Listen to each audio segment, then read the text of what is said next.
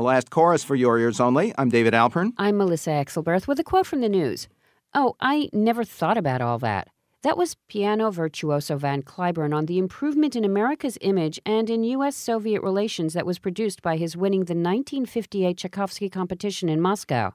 He died last week at age 78. Now this. Life is gloomy. Bill collectors suing. Still in all there's big improvement. I got rid of you. Rid of You, written by Tom Tose and Alan Garb, is performed by Georgia-born singer-actress Carol J. Beauford, now a rising star on the New York cabaret scene. Her current show at the Metropolitan Room there, Body and Soul, celebrates the many phases of love and has itself been so celebrated by the New York Times and Wall Street Journal, among others, that its month-long run has just been extended. Beauford is as trim as a stick of dynamite and just as explosive when she wants to be, or passionate or funny. And for Your Ears Only, she's on the line now. Welcome to our show. Hi, thank you. Thank you for having me. Glad to be here. I gather the kinds of shows you're doing now are fairly far from the image of cabaret that holds sway back in your home state. Yes, live nude girl.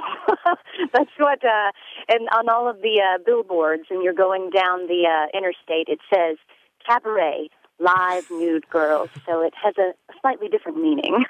Presuming you weren't looking to be lewd for a living, what drew you to singing career, and where did you study for it? Well, I've been singing since I can remember. I was a young child. My parents always loved to tell the story. We were in church one Sunday morning, and the pastor asked if anyone had any comments or announcements. And apparently, I stood up on the pew. I was 2 years old and started singing "Jesus Loves Me" to wild raucous applause. I guess it started there. But I went to school to study musical theater at Ithaca College upstate. Looking at your resume, it's clear we can't ask you to demonstrate stage flying with a harness on the radio or an exceptional tongue extension trick, but what about burping on command? And your impression of Julie Andrews, since she's not doing it herself much anymore? Okay. Stay awake, don't rest your head, don't lie down upon your bed. Sounds like Julie to me. That's great. Yep. Your previous show at the Metropolitan Room was called Speakeasy, a celebration of Prohibition-era songs. The new show, Body and Soul, ranges from 1919 to 2012 to reflect the varieties of romantic experience. How did you select your Sweet 16 numbers? Well, it was a collaborative effort for sure. Some of them, I keep a long list of songs that I am dying to sing, and they don't work out for every single show. So I went through my list and picked ones that I thought would fit the concept, which Scott Siegel came up with. He was the producer and conceiver of the show.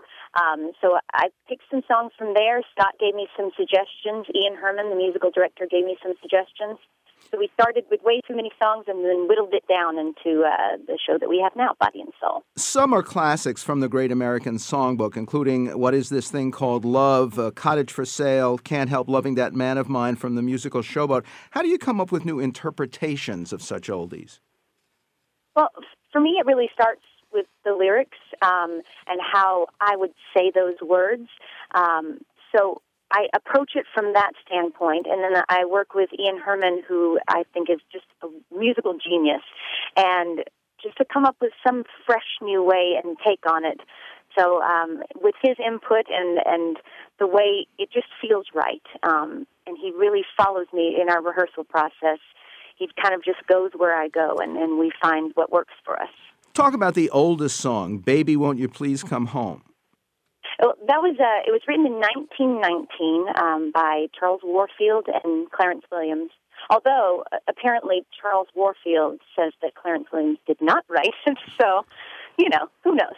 But it's a classic blues song. I love the blues. I love singing them. I love a good dirty blues. So that's where that one came in. That was one that was on my list for maybe 3 years now. So I was really excited to finally get to do it.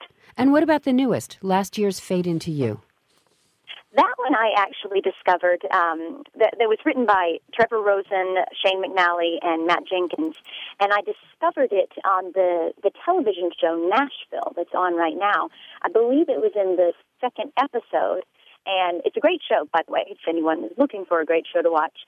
And it was a duet on the show, and I remember listening to just like the first 4 bars, and I looked over at my fiance. I was like, "Is it just me, or is this a really, really good song?"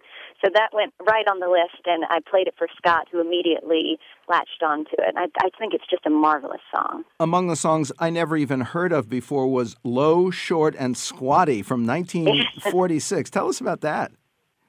That one, that was actually, it was recommended to me that I check out this singer, Vanita Smythe, I think is how you pronounce her name. It's Smythe. And someone recommended that I check her out, and there are no recordings other than on YouTube. She did a whole series of musical shorts that were directed by, all of them were directed by William Forrest Crouch. And she did that one, and another one that takes place in a speakeasy, and she's just a fantastic singer. You should definitely check it out. Everyone should go to YouTube and check this woman out. She's really, really fantastic. Carol J. Buford's Body and Soul show has been extended 2 more weeks, playing Monday, March 4th at 7 p.m. and Friday, March 15th at 9:30 at the Metropolitan Room, 34 West 22nd Street in Manhattan. I got rid of you.